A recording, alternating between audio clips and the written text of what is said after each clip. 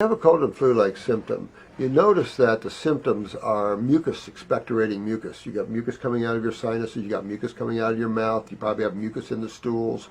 Some people get chills and fevers and things like that. When you look at the symptomology of a cold and flu-like symptom, it is detoxification symptoms. Same ones exactly. And that's because you didn't catch anything. I mean, you could bring in bacteria. You can have excessive growth of bacteria. You can have viral loads coming into the body. As a rule, the body lives with those things, but it can trip into a detoxification. I was raised in the snow, so my parents used to say, don't go out in the cold, you'll catch a cold. They didn't say the reason because they didn't know. They thought there was bacteria, but bacteria doesn't create colds and flu-like symptoms. Bacteria is only sewage eaters. They break down chemistry. And that's what they're for. There's bacteria for iron. There's bacteria for every chemistry out there. For every fruit and vegetable, there's a different bacteria for everything out there. And that's what seats in your body is bacteria, the type of food you're eating. They don't cause these symptoms. The food you eat do, though. The foods you eat, some of them are very mucus forming. And you notice that bronchitis, you notice that pneumonia, colds and flus, you can go right down the line. Even when you start detoxifying the body, what do you see coming out? Mucus, mucus, mucus, and different colors, which is different levels. You have your acute, your subacute, your chronic and degenerative levels in the lymph system as you would anywhere else. This system that you're seeing dealing with all this mucus is the lymphatic system. The lymphatic system in your body is the mucosa and your sewer system. It is your main immune system. It is the system of all the cancers. It is the lymphatic, lymphomas. It is the system of all pains. And a cold and flu-like symptom is showing you that your body's starting to fill up with this mucus and that the body's trying to get a fever to sweat. Why would you sweat? What is your skin? Medical doctors forgot what your skin is. It's your largest eliminated organ, number one, referenced as the third kidney. Your other two kidneys filter the sewer system from the right side and the left side of your body respectively. Right kidney, left kidney. Every cell produces waste just like your kids do, like your animals do, like your car does. And the blood doesn't deal with waste. The blood deals with nutrition. Your lymphatic system deals with waste.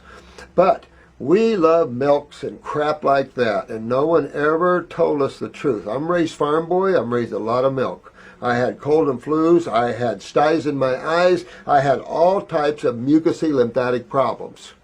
That's all tumors are too, lymphatic problems. Tumors are just pockets of fluid.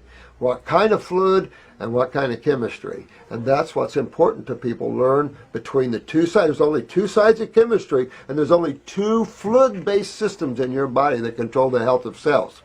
So a cold and flu-like symptom is a cleansing that the body has to go through. When you reach a certain level of fullness, your body's going to try to eliminate. When you go to antibiotics and you go to the medical doctors, they stop it.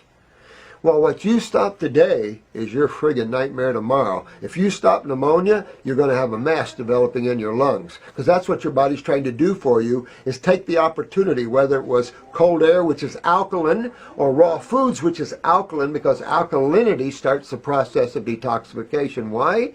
Because the body is highly acidic when it's sick.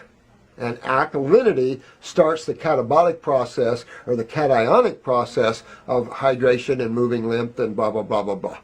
And that's essential. So what should people do then if they have a cold? Promote it even more. Promote it even more. Take teas to promote kidney function, lymphatic teas if you want to move the lymph system, and let your body go on a fruit diet and let your body clean this out. You'll smell better, taste better, hear better, and see better if you let it happen. If not, then that's your glaucomas of the future, that's your macular Ds of the future, that's your olfactories where you lost your sense of smell, your sense of taste. The average person doesn't know what taste is anymore. So they're just impacted with mucus and congestion from primarily dairy products. And there is nothing healthy about milk. Look at the last study, released 2 or 3 days ago, showing that the more milk you drink, the more fractures you have. They don't describe why, and they should tell people what you do when you cook foods, and especially when you ultra-pasteurize milk, which is only 2 or 3 stages away from plastic. And we like that. And that is so mucus forming. Your body hates that so bad that your mucosa immediately produces mucus just before you're bringing it to your mouth, because the body knows that it is a foreign protein of not harmonious nature of the human body. So if you got a cold and flu, you better enjoy it and thank God you got it. And man doesn't know how to do that. People don't die from cold and flus. They die from the treatment of them. Plenty of people die from Cipro or antibiotics they treat colds and flus with, and they just tell you they died from a cold and flu. Oh, there's a lot of nasty corruption out there. Bad stuff.